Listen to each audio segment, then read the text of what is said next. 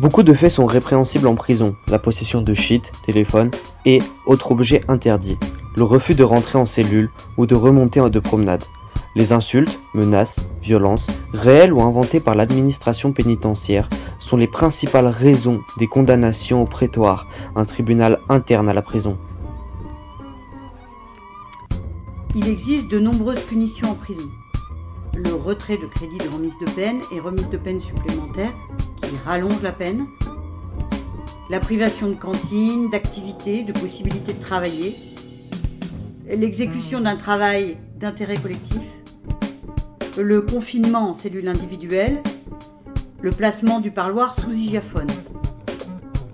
En plus de cela, chaque jour, des surveillants ou l'administration pénitentiaire portent plainte contre des prisonniers et prisonnières pour des faits qui ont déjà été condamnés en interne. Les détenus sont quasiment toujours lourdement condamnés par la justice à des peines supplémentaires et de grosses amendes. La punition la plus courante, qui peut s'ajouter à tout le reste, c'est le mitard. Être au mitard, c'est être seul dans une cellule où le mobilier réduit au strict minimum et scellé au sol.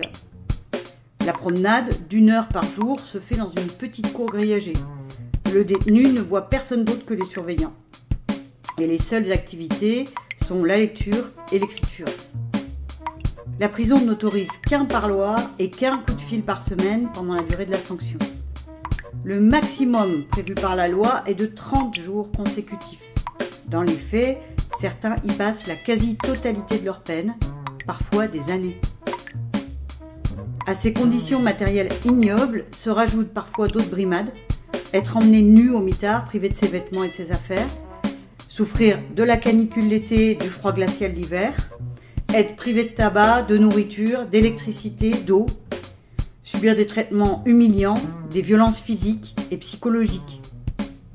Il y a beaucoup de décès au mitard qui sont généralement présentés comme des suicides.